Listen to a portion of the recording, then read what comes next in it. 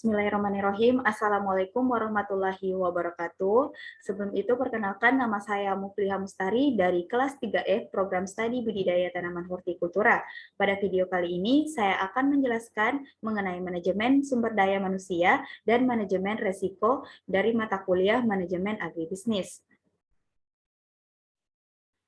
Pada slide pertama, yaitu ada konsep dan ruang lingkup manajemen sumber daya manusia, yang dimana sumber daya manusia ini seluruh kemampuan atau potensi penduduk yang berada di dalam suatu wilayah tertentu, beserta karakteristik atau ciri demokrasi, sosial maupun ekonominya yang dapat dimanfaatkan untuk keperluan pembangunan. Nah, pada manajemen sumber daya manusia ini memiliki 3 aspek. Yang pertama, aspek tenaga kerja atau personalia. Kedua, aspek kesejahteraan, dan yang terakhir, aspek hubungan industrial. Nah, pada analisis pekerjaan ini memiliki pekerjaan terdiri 2 jenis, yaitu model konvensional dan model modern. Nah, pada perencanaan sumber daya manusia agribisnis ini, proses perencanaan dapat dipengaruhi beberapa faktor. Yang pertama, lingkungan eksternal, kedua, keputusan-keputusan organisasional, ketiga, faktor-faktor persediaan karyawan.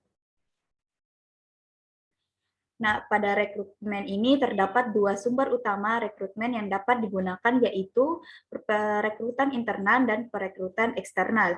Dan pada seleksi SDM ini, prinsip-prinsip seleksinya yang pertama, perilaku masa lalu merupakan prediktor atas perilaku di masa depan. Kedua, perusahaan harus menghimpun data yang handal dan valid sebagai mungkin yang kemudian akan dijadikan data yang tadi untuk menyeleksi pelamar terbaik.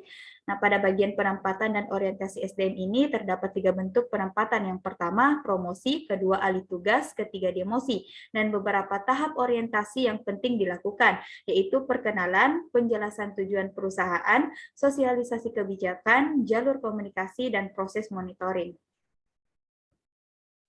Nah, pada pemeliharaan dan pengembangan SDM ini melalui pelatihan, melalui pengembangan, pembinaan, rekrutmen, dan melalui perubahan sistem. Nah, pada kompensasinya yang ini, pertama, pengoleksian sumber daya manusia secara efisien. Kedua, penggunaan sumber daya manusia secara lebih efisien dan efektif. Ketiga, mendorong stabilitas dan pertumbuhan ekonomi. Nah, pada bagian beberapa kasus manajemen sumber daya manusia ini, yaitu terdapat kasus pada CV Spirit Wira Utama, kedua pada kasus PT Rimbuan Jaya Abadi. Nah, masuk pada manajemen risiko ini, yaitu di mana manajemen risiko adalah proses mengidentifikasi, menganalisis, mengevaluasi, mengendalikan, dan berusaha menghindari, meminimalkan, atau bahkan menghilangkan risiko yang tidak dapat diterima.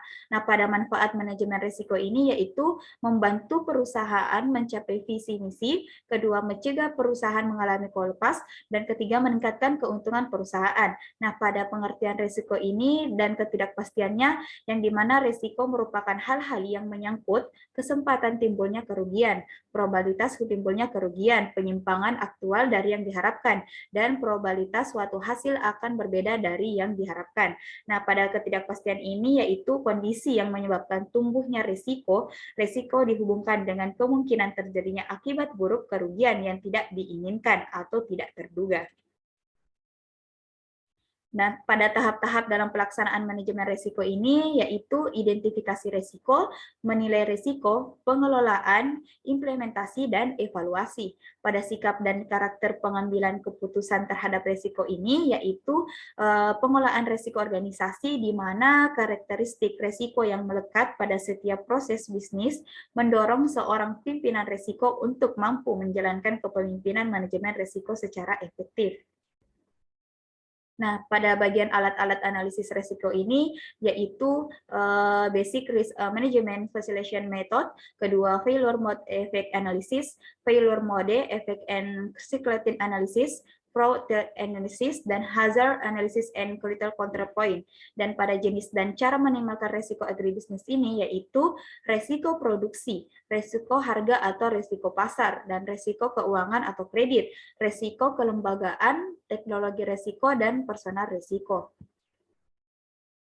Nah, pada kesimpulan pada materi ini yaitu di mana manajemen sumber daya manusia adalah pendampingan dan pengembangan, penilaian, pemberian balas jasa, dan pengolahan individu, anggota organisasi, atau kelompok pekerja. Nah, pada manajemen sumber daya manusia ini dapat dipelajari dalam 3 aspek, yaitu aspek tenaga kerja, atau personalia, aspek kesejahteraan, dan aspek hubungan industrial. Nah, pada manajemen risiko ini yaitu proses mengidentifikasi, menganalisis, mengevaluasi, mengendalikan, dan berusaha menghindari, minimalkan, atau bahkan menghilangkan risiko yang tidak dapat diterima. Pada tahap-tahap dalam melaksanakan manajemen risiko ini yaitu identifikasi risiko, menilai risiko, pengelolaan atau respon terhadap risiko, implementasi, serta evaluasi. Nah, itulah tadi pemaparan materi dari saya, kurang lebihnya mohon dimaafkan. Wassalamualaikum warahmatullahi wabarakatuh.